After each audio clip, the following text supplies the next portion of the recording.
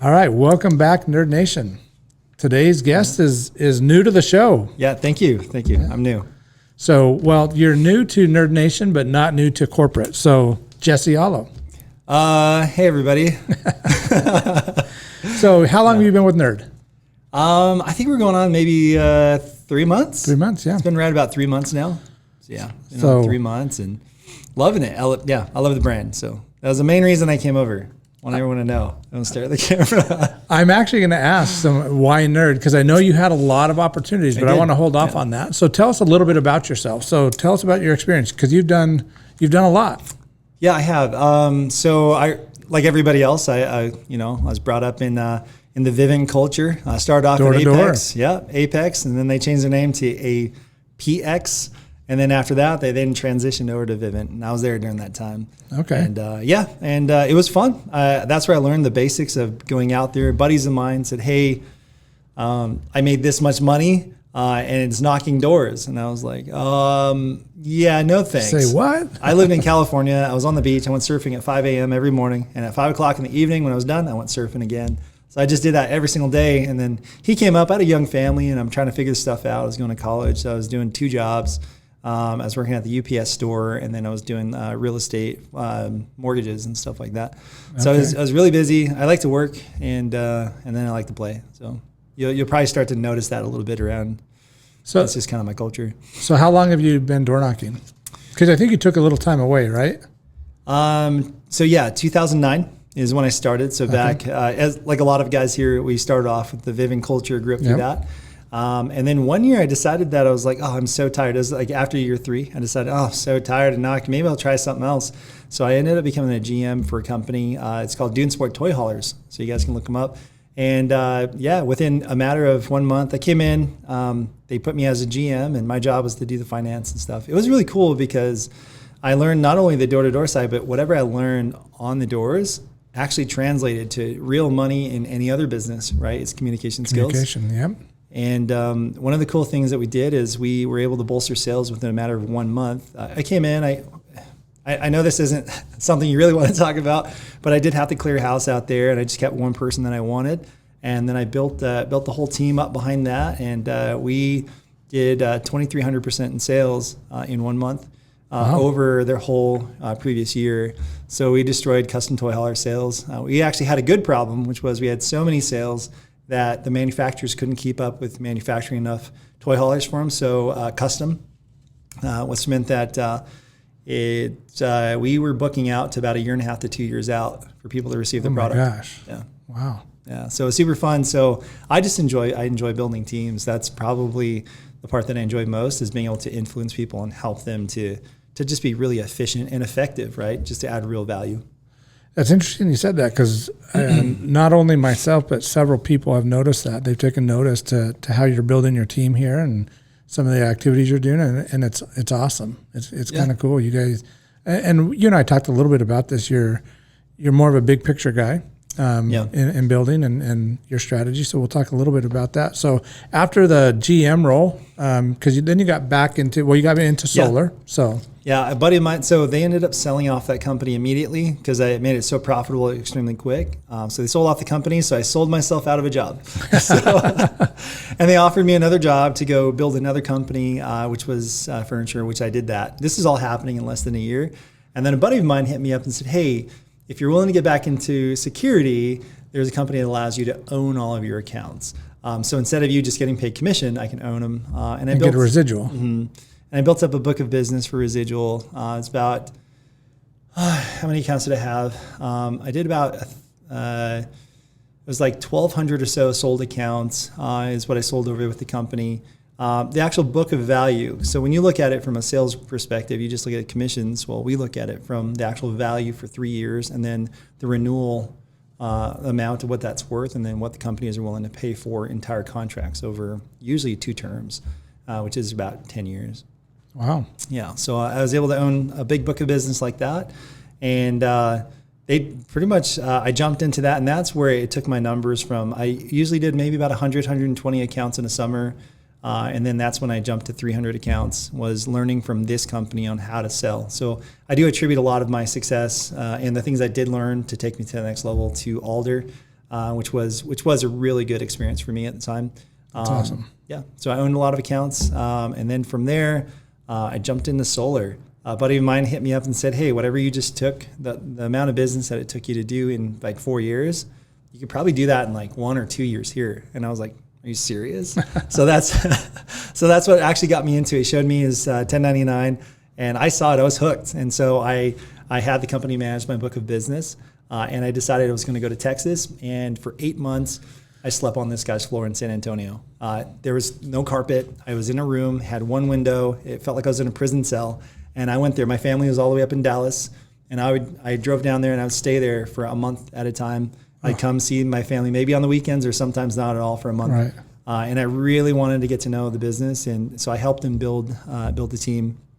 And that was my first time building a team for solar, setting appointments and doing all that. So I've been in the grind. Yeah, I know how to get out there in the trenches, and I don't mind it because I understand that what is necessary to build a real team is real leadership. Mm-hmm. And they want to know that their general or their captain or whoever is down in the trenches with them. And so I understand that that's important to build that momentum. And that's that big picture we're going to talk about. But before that, so you mentioned twice now the experience you had with Alder and then your first experience on the doors. It's an education out there. 100%. Learning the communication skills and when you're talking with your team, how much do you talk to them about that? I'm huge. I'm really big on them understanding that this is a process. Even the way that I set expectations for them is that I understand that they're going to suck. And I just tell them, you guys suck. And I say, why don't you tell me what you know about solar? And they're like, nothing. Why don't you tell me what you know about efficiencies? And they're like, nothing. I'm like, so can we all agree you guys suck? And they're like, yes, we all suck. Cool. Now understand that your job is not to go out there and go get one appointment today. It isn't to judge yourself against how many appointments you got versus how many you didn't get. It's to figure out, okay, cool, am I getting better every single day? And the way I like to break that down is making sure that there's steps that they can follow. They say, okay, cool, on day one, did I get good at step number one? Awesome. If I suck at step number one, then that's what I'm focusing on day two. Until I get really good at step number one, just how to approach a door, get that down. Then from there, I'm going to judge myself on, okay, step number two. Can I do step number two well? So they understand that their goal is not really to go out there and go get this, because what we're trying to do is build really competent people who can be here long term, that can really add value. Because once they understand every step perfectly, they can now become the teacher and teach others. And that's what we've been trying to implement here, is that once everyone learns it, now it's your turn to step up to the plate and take it on, show everybody else the next steps. I love it. And really those steps are basically your communication. Like you're learning 100%. How to communicate, you're learning how to handle rejection, you're learning to handle, all those communication issues that you find out there on the doors. I'm a huge fan of the nonverbal stuff. So teaching and training on the nonverbal, it's like probably my favorite. Yeah. The verbal stuff's cool, and it's what I think every sales training teaches you. For me, it's just more like it's the conversations you're having without the conversations you're having. Yeah. And that's my favorite part, is like, how do you get somebody who wants to be angry, but they're waiting for you to do something, and you just like smile at them like, and then they're just like, okay. And you have this weird conversation, you don't say anything, and then all of a sudden you can now go through the sale and we're smirking and laughing at each other. And this is a random stranger I just met at a door. And so just being able to communicate in ways where they go, you're right, I am being a little aggressive. Cool, what's up? So it's interesting because of your experience, I mean, again, you had a lot of opportunities. I remember when I first met you and Babe was trying to recruit you, and he also said, I don't know if we can get Jesse. This dude's good. He's got a lot of options out there. Well, why N.E.R.D? You're right. I did. Had a lot of options. I actually had options with pay double, triple, some of them. Reason I chose N.E.R.D. I believe in your guys' brand. I looked online. I'm a huge fan. My brother runs branding companies. He helped build, he was a regional for Yeti, which is why I walk around with Yeti hats. Wow. He did national sales for a company called Dye goggles and stuff, and they also do like custom paintball guns and stuff like that, and custom goggles.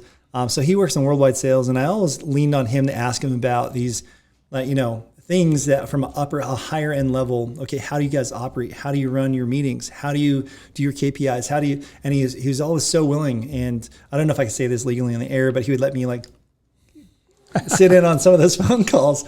So I learned so much from that. But I would say that that's kind of helped me to understand not only just the down in the grunt level, just getting down there and really getting in the trenches, but also understanding what is it, how are they thinking from the corporate level? How do we integrate that? Why are they doing the things they're doing? And it helped me understand that there are good managers and there are bad ones. And a lot of the best talent that's out there is usually picked up by the way that they communicate. So communication is 100% key.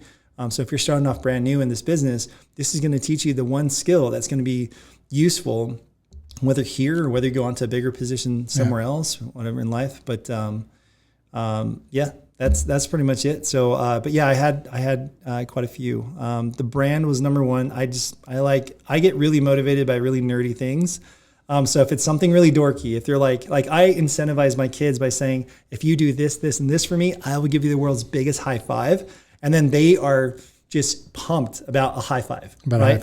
Because that becomes the cool thing. I thought N.E.R.D was kind of something I could build around that. That's just super fun. It's a fun brand. Yeah. On top of that, N.E.R.D comes in, and I've never met, I've done solar for about 6 years now.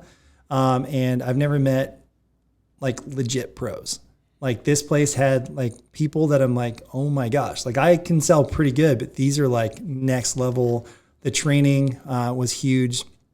Well, it's interesting because the training and what you're talking about is very similar. It sounds like the philosophy is very similar because Babe's philosophy is the nonverbal, the metaverbal. It's kind of along with what you just said. So people ask me if we're brothers. Like they're like, dude, are you guys related? Are you brothers? And I'm like, and I'm the dad if you ask Babe. Exactly. So, yeah. I think we established that. Yeah. Cool. So I where was I at? Well, no, just the philosophy of why you chose N.E.R.D and we're just glad you did. Yeah, I love it here. So I think it's got, N.E.R.D has everything. One of the key things I wanted to know N.E.R.D had is that N.E.R.D has the right systems, the right support and things in place so that I can be successful at my job. So at any job that I pick or I wanted to choose, I wanted to know that there were the basics there. I knew that teaching and training material took me forever to create. I have a ton of teaching and training material, but I had to develop it every day, day in, day out. And then I'm staying up every single night to create that, make sure it's there. And then I get it over to media department, they spruce it up. It's so much of that, right? Right. When I came here, you guys at the time had 639 videos or something like that of just training, which means you had a bucket full of just tons of good content that now I can lean on.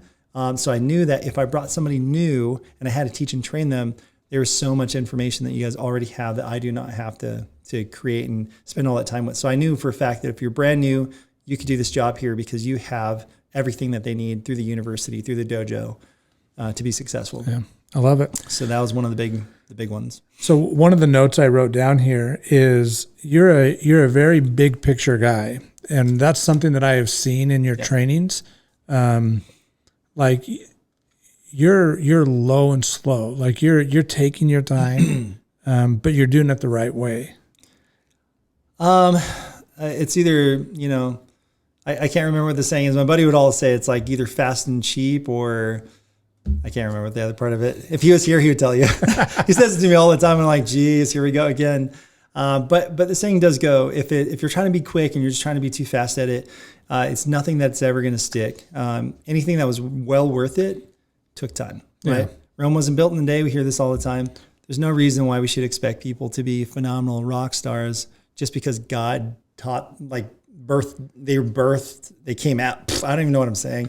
They're born and all of a sudden they're supposed to be amazing at this job. Reality is everything is a learning process. Yeah. And that's your approach. I mean, I love it because you're low level hands-on as an area sales manager. You're on the doors with these guys every day. You're in the homes with these guys. I take all the marketing guys out. I try to get the sales guys follow behind me. I ask them to stay out in area.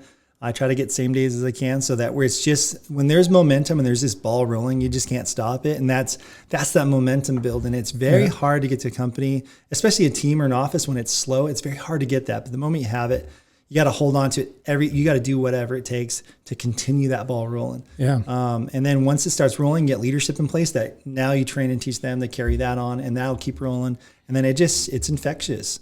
But that's that process that I'm talking about, because I've been bugging you for weeks now to get another leader, to have someone there helping you and stuff. And you're like, listen, when it's there, it's there. We're not there yet. Yeah. And I love that. Like I said, I'm willing to be down there because I know what it takes. These people need someone to look up to. They need to have a shoulder to cry on when they're getting beat up out there and say, hey, man, I've been there. I get it. Like, I'm there with you. And it's very hard as a sales or an advisor when you don't really understand the grind. I understand the grind. I'm in the grind with them.